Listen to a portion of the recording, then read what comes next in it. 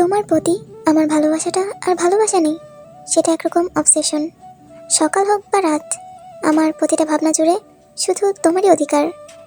তুমি আমার ভালো লাগা নয়, তুমি আমার অভ্যেস, আমার পাগলামো, আমার অবসেশন। বুগম বলল, তোর মতো মোটা মেয়েকে কে পছন্দ করবে? কি আছে তোর মধ্যে? তোর মধ্যে সৌন্দর্য শটাও তো নেই। তোর মতো একটা মুটকি মেয়েকে কে ভালোবাসবে? তোর পাশে দাঁড়ালে আমাকে তো চুনোপুটি লাগবে। তে বলল, বুগম ভাইয়া। বুগম বলল, কি বুগম ভাইয়া? আমি কি কিছু ভুল বললাম? আমাকে ভালোবাসি কথাটা বলার আগে তোর নিজেকে একবার আয়নায় দেখা উচিত ছিল তেয়ং। তুই কোথায় আর আমি কোথায়? আকাশ পাতাল তফাৎ। তোর কি মনে হয় তোকে বিয়ে করে আমি সমাজের সামনে বাইরে বেরোতে পারবো? লোকে দেখলে কি বলবে বলতো? একটা নায়কের মতো ছেলে চাকরানির মতো একটা মোটা মেয়েকে বিয়ে করেছে। তার না আছে গুণ, না আছে রূপ। বুগমের বলা প্রত্যেকটা কথা তের শরীরে যেন কাটার মতো বিচ্ছিল। সত্যিই তো, তার সাথে বিয়ে হলে সমাজ কি বলবে? তার সাথে তো কোনো দিক দিয়ে বুগমকে মানায় না। তে এগুলোই ভাবছিল আর নীরবে অশ্রু বিসর্জন দিচ্ছিল। কিছুক্ষণ যাবৎ বুগমও নীরবতা পালন করলো। হঠাৎ নীরবতা ভেঙে বুগম বলে উঠল, দেখ তেয়ং, আমি তোকে আমার ছোট বোনের নজরে দেখি। আশা করি আজকের পর থেকে তুইও আমাকে বড় ভাইয়ের নজরেই দেখবি। ও হ্যাঁ, আরেকটা কথা, আমি আয়ুকে ভালোবাসি। তুই আজকে যা হলো সেটা আয়ুকে বলবি না। আর আশা রাখছি আমাদের দুজনের ভালোবাসার মাঝে তুই কাটা বা দেয়াল হয়ে দাঁড়াবি না। বলেই বুগম ছাদ থেকে চলে গেল। বুগম চলে যেতেই তেয়ং ছাদের মেঝেতে বসে পড়ল। আকাশ জুড়ে কালো মেঘ করেছে। মুষলধারে বৃষ্টি শুরু হলো। বৃষ্টির পানি তের সর্বাঙ্গ ভিজিয়ে দিচ্ছে। তের মনে হচ্ছে আজ যেন তার কষ্টতে প্রকৃতিও কান্না করছে। তে নিজেকে আর সামলাতে পারল না। এতক্ষণের নীরব কান্নাটা এবার শব্দ পেল। মন উজাড় করে কাঁদতে ইচ্ছে করছে তের। ভাগ্যের নির্মম পরিহাস কিছুতেই মেনে নিতে পারছে না তে।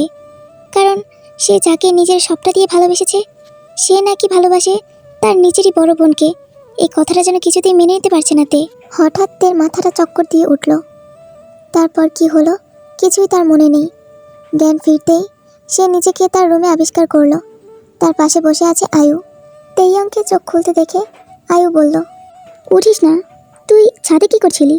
আর জ্ঞানই হারালি কিভাবে বনু? তেইয়ং বলল, জানি না আপা, এখন আমার কিছুই ভালো লাগছে না। বোধহয় একটু ঘুমালে শরীরটা ভালো লাগবে। আয়ু বলল, আচ্ছা তুই থাক, আমাকে একটু বেরোতে হবে, এয়ারপোর্ট যাব। তেইয়ং বলল, কেন আপু? আয়ু বলল, কেন তুই জানিস না? আজকে তো বুগম অস্ট্রেলিয়া চলে যাবে। আবার কবে না কবে দেখা হবে তার তো কোনো ঠিক নেই। তাই ওর সাথে যাব। কেন, তোকে তো সকালেই বললাম, ভুলে গেছিস? ও আপা, মাথা থেকে একদম বেরিয়ে গেছে। আয়ু বলল, তুই যাবি আমার সাথে? তেয়ং বলল, না আপা, তুইই যা। আয়ু তেকে ঘুমাতে বলে রুম থেকে চলে গেল। তে কাঁথা মুড়ো দিয়ে নীরবে অশ্রু বিসর্জন দিয়েছে। সে একটু মোটা বলে ছোটবেলা থেকে অনেক মানুষের অনেক কটু কথাই শুনেছে, কিন্তু কারো কথাই গায়ে লাগায়নি। আর আজকে তার জীবনের প্রথম ভালোবাসা, তার বুগম ভাইয়ার বলা প্রত্যেকটা কথা তার হৃদয়কে চূর্ণ বিচূর্ণ করে দিয়েছে। এই দিনের পর কেটে গেছে অনেকগুলো দিন, প্রায় 5টি বছর কেটে গেছে। এই 5 বছরে না তেইয়ং কখনো বুগমকে দেখেছে, না বুগম কখনো তেইয়ংকে দেখেছে। বুগম পড়াশোনা শেষ করে অস্ট্রেলিয়ায় সেটেল হয়ে গেছে। এইদিকে আমাদের তেইয়ংয়েরও পড়াশোনা শেষের দিকে। ও হ্যাঁ, একটা কথা বলতেই তো ভুলে গেলাম, আমাদের তেইয়ং আর আগের সেই মোটা চিচকাদুনি তেইয়ং নেই। এখন সে তে, যে কেউ একবার দেখলেই তার প্রেমে পড়তে বাধ্য। কোমর পর্যন্ত লম্বা বাদামি চুল, নায়িকাদের মতো স্লিম কোমর, 5 ফিট 5 ইঞ্চি তার হাইট, বাদামি চোখের মণি, দুধের মতো ফর্সা গায়ের রং। এই 5 বছরে তেইয়ং নিজের সবটা পরিবর্তন করে ফেলেছে। নিজের মনটাকে পাথরের ন্যায় শক্ত করে নিয়েছে, যাতে কেউ চাইলেই সহজে তাকে আর ভেঙে গড়িয়ে দিতে না পারে, যেমনটা ভেঙে গড়িয়ে দিয়েছিল 5 বছর আগে তার বুগম ভাইয়া। তেইয়ং থেকে তে হওয়ার জার্নিটা মোটেও সহজ ছিল না, কিন্তু কথায় আছে না, চেষ্টা করলে পাথরে ফুল ফোটানো সম্ভব।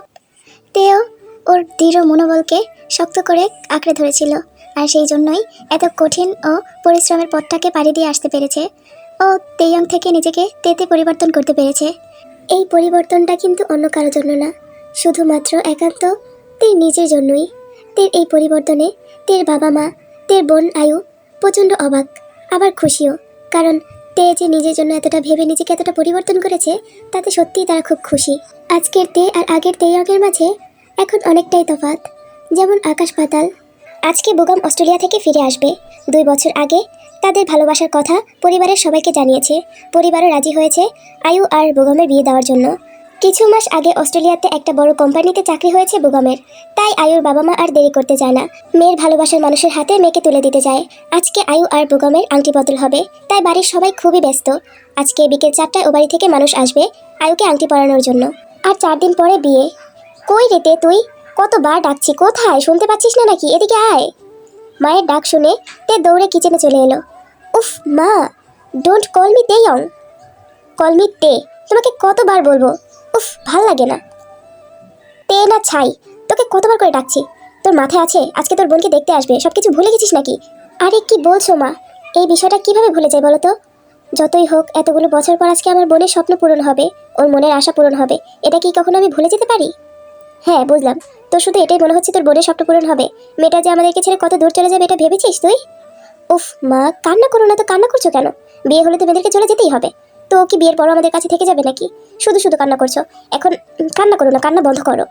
আমার কষ্টটা তুই এখন বুঝবি না, যখন নিজের সন্তানকে বিয়ে দিবি তখন বুঝবি। উফ, হয়েছে তো মা, যখনকার কথা তখন। এখন বলো কিসের জন্য ডাকছিলে তুমি আমাকে? ও তাহলে তাহলে তো ভুলেই গেছি। তোকে ডেকেছিলাম ওই যে গিয়ে দেখায় তো আয়ু কি রেডি হয়েছে কিনা। বেগমদের আসতে আর বেশিক্ষণ লাগবে না, কল করেছিল, তোর বাবা গেছে ওদেরকে এগিয়ে আনার জন্য। ও আচ্ছা তাই নাকি? ঠিক আছে, আমি গিয়ে দেখে আসছি আপু রেডি হয়েছে কিনা। তে উপরে চলে গেল আয়ুর রুমের কাছে। দরজার সামনে দাঁড়িয়েতে খেয়াল করলো কাজিন মহলের সবাই মিলে আয়ুকে সাজিয়ে দিচ্ছে। আয়ু তেকে দরজার সামনে দাঁড়িয়ে থাকতে দেখে ভিতরে ডাক দিল। তে ভিতরে যেতেই কাজিন মহলের সবাই তেকে ঘিরে ধরলো আর বলল, oh my God, you look beautiful, so gorgeous তে। Okay okay guys, thank you তোমাদের সবাইকে। আচ্ছা এবার বল, আপুকে কি সাজানো শেষ? লিসা বলে উঠলো। আরে না, এখনো তো ফাইনাল টাচ দেওয়া বাকি আছে। ও মাই গড, কি বলছিস? এখনো ফাইনাল টাচ দিসনি? তাড়াতাড়ি কর ভাই, ওনাদের কিন্তু আসতে আর বেশি সময় লাগবে না। আব্বু কিন্তু ওনাদেরকে এগিয়ে আনতে গেছে। সো যা করবি তাড়াতাড়ি কর। ওকে ওকে বস, গিভ মি 5 মিনিটস। সো একটু চুপ থাকেন, আমি রেডি করে দিচ্ছি এখনই। ভাই তাড়াতাড়ি কর। অন্যদিকে নিচে। আরে আসুন আসুন, ভিতরে আসুন প্লিজ। এই যে এখানে বসুন। হ্যাঁ হ্যাঁ। আয়ুরাম্মু শুনছো? কোথায় তুমি? মেহমান চলে আসছে।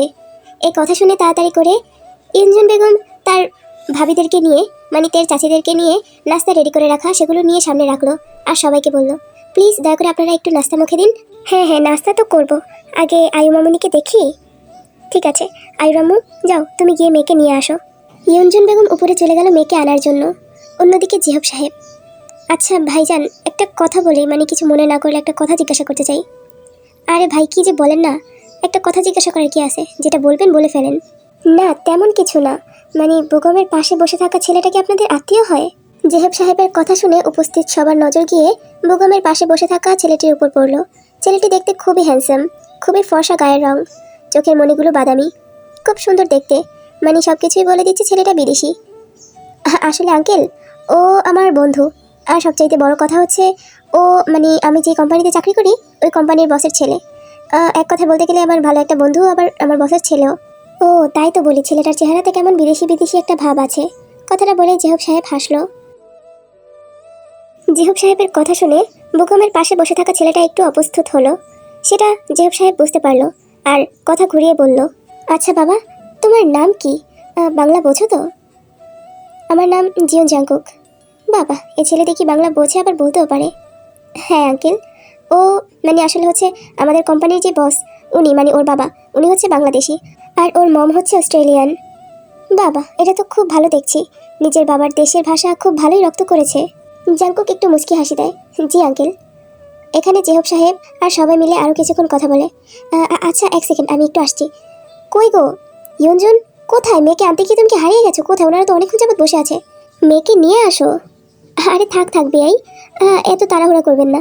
মেয়ে আস্তে ধীরে রেডি হয়ে আসুক, কারণ সব মেয়েরই এই দিনটা নিয়ে অনেক স্বপ্ন থাকে। তাড়াহুড়োর কোনো ব্যাপার নেই, আস্তে ধীরে আসতে বলুন। বলতে না বলতেই ইয়ঞ্জন বেগম আয়ুকে নিয়ে চলে এলো। তাদের পিছনে তে আর ওর কাজিন মহলও এসেছে। ইয়ঞ্জন বেগম মেয়েকে বাবা জেহব সাহেবের পাশে বসিয়ে দিল। বাহ বেয়াই, মেয়েকে তো মাশাল্লাহ খুব সুন্দর লাগছে, খুব মিষ্টি আমাদের বৌমা। এই কথা শুনে আয়ু একটু লজ্জা পেয়ে মুচকি হেসে দিল। পাশ থেকে লিমিনহু সাহেব বলে উঠল, তাহলে অনুষ্ঠানের শুভ কাজটা শুরু করা যাক। আরে অবশ্যই অবশ্যই, যখন মিয়া বিবি রাজি তো কি করবে কাজী। এ কথা শুনে সেখানে উপস্থিত সবাই হেসে দিল, কিন্তু একজনের মুখে হাসি নেই। তাকে দেখে বোঝা যাচ্ছে না সে আদৌ এই বিয়েতে খুশি কিনা। যেখানে নতুন বউ আয়ু, সেখানে বুগমের নজর যেন আয়ুর দিকে নয়, তার পেছনে দাঁড়িয়ে থাকা মেয়েটার দিকে আটকে আছে। সে এক ধ্যানে সেই মেয়েটার ভিতরে কাউকে একটা খুঁজে যাচ্ছে। আচমকা জাংকুকের ধাক্কায় বুগম যেন নিজের ধ্যানে ফিরে আসে। হেই ব্রো, কি করছো কি? নিজের বউকে ছেড়ে অন্যের বউয়ের দিকে তাকিয়ে আছো? ভাবিকে কি পছন্দ হয়নি নাকি? আরে জাংকুক ব্রো, কি বলছো? 6 বছরের প্রেম আমাদের, পছন্দ হবে না মানে? ও আচ্ছা, আমার কেন যেন মনে হলো তুমি ভাবিকে নয়, ওনার পিছনে দাঁড়িয়ে থাকা লাইট পার্পল ড্রেস পরা মেয়েটার দিকে তাকিয়েছিলে। বুগম ধরা পড়া চোরের মতো ততলিয়ে বলল, আরে না না ভাই, তেমন কিছু না। আসলে ওই পেছনের মেয়েটাকে আমার কেমন যেন চেনা চেনা লাগছিল, কিন্তু মনে করতে পারছিলাম না কোথায় দেখেছি। তাই আমার পরিচিত একজনের সাথে মেলাচ্ছিলাম, কিন্তু আমার মনে হয় না যার সাথে মেলাচ্ছি সে আদৌ এই মেয়েটার মতো এতটা সেক্সি হবে। কথাটা বলে জাংকুকের দিকে তাকিয়ে বাঁকা একটা হাসি দিল বুগম। আস্তাগফিরুল্লাহ ব্রো, নিজের নজর সংযত করো। কিছুদিন পরে তোমার বিয়ে, আর তুমি এখন কিনা অন্য কারো জিনিসের দিকে নজর দিচ্ছ? ছি ছি, এটা ঠিক না। ওদের দুজনের কথার মাঝখানে জিহাব সাহেব বলে উঠল, তে মামুনি, এই নাও চাবি, যাও গিয়ে আংটিটা নিয়ে আসো। তে চাবি নিয়ে সেখান থেকে চলে গেল। জাংকুক জিহাব সাহেবের দিকে তাকিয়ে জিজ্ঞাসা করে, uncle, if you don't mind, can ask you something? হ্যাঁ বাবা বলো। এই মাত্র যে মেয়েটা গেল, ওই মেয়েটা কি আপনাদের কিছু হয়, মানে আপনাদের কোনো রিলেটিভ? জাংকুকের কথা শুনে জিহাব সাহেব চোখে মুখে গম্ভীরতা এনে জিজ্ঞাসা করলো, "আহ, হঠাৎ এমন প্রশ্ন?" জিহাব সাহেব আর কিছু বলতে যাবে তার আগেই বুগম বলে উঠল, আচ্ছা আসলে আঙ্কেল, আমিও এই প্রশ্নটা করতে চেয়েছিলাম, মানে এই মেয়েটাকে তো আগে কখনো দেখিনি আপনাদের বাসায়, আর আমি আসার পর থেকে তেইহংকেও কোথাও দেখছি না, ও কোথায়? বুগমের কথা শুনে জিহাব সাহেব মুচকি হাসলেন, আসলে বাবা, ওই তো আমাদের তেইহং। কি? কিন্তু আপনি তো কিছুক্ষণ আগে ওকে তে বললেন, আর ও তো আগে এমন ছিল না। কি আর বলবো বাবা, হয়তো ওর কিছু একটা হয়েছিল, আমরা সঠিক জানি না। হঠাৎ করেই কেমন যেন চুপচাপ হয়ে গেছিল, কেমন অন্যরকম অন্যমনস্ক হয়ে গেছিল, বিশেষ করে তুমি অস্ট্রেলিয়া চলে যাওয়ার পর। যাই হোক, তারপরই এই পরিবর্তন। ওই যে কথায় আছে না, আল্লাহ যা করে ভালোর জন্যই করে, আমার ছোট মামুনিটার সাথেও ঠিক তেমনটাই হয়েছে। জিহাব সাহেবের কথা শুনে জাংকুক বুগমের কানের কাছে গিয়ে ফিসফিসিয়ে জিজ্ঞাসা করে, ব্রো, এটাই কি সেই মেয়ে যে তোমাকে প্রপোজ করেছিল? এটাই কি ভাবি সেই ছোট বোন? কিন্তু তুমি যেমনটা বলেছিলে এই মেয়েটার সাথে তো তার কিছুই মিল নেই। বুগম কি বলবে বুঝতে পারছে না। ও চুপচাপ বসে আছে, ওর মুখের হাসি যেন আজকে হারিয়ে গেছে। ও ভেবে পাচ্ছে না, এটাই কি সেই তে যার ভালোবাসা সে প্রত্যাখ্যান করেছিল? 5 বছর আগে এই মেয়েটা তার কাছে ভালোবাসার প্রস্তাব নিয়ে এসেছিল, কিন্তু সে কিনা এই মেয়েটাকে রিজেক্ট করে দিয়েছিল, দূরে ঠেলে দিয়েছিল তার কাছ থেকে। বুগমের ভাবনার মাঝেতে আংটি নিয়ে চলে আসে। তেকে দেখে বুগম এক দৃষ্টিতে তের দিকে তাকিয়ে আছে। তে বিষয়টা বুঝতে পেরে কোনো পাত্তা দিল না। ওর বাবার হাতে আংটি দিয়ে ও আবার চলে গেল ওর কাজিনদের কাছে। বুগম এক দৃষ্টিতে তের যাওয়ার পানে তাকিয়ে রইল। তে ওর কাজিনদের কাছে আসতেই শুনতে পেল কিছু কথা। ও my god, O my god, O my god, ছেলেটা কি গর্জিয়াস, সো হ্যান্ডসাম, পুরো নায়কের মতো। উফ, হিরো হিরো লাগছে। ধুর, কি বলছিস কি তুই? হিরো হিরো লাগছে মানে কি? পুরো হিরোই তো, নায়কের মতো। শুনতে পাসনি? অস্ট্রেলিয়াতে থাকে ভাই, খুব বড় লোকস।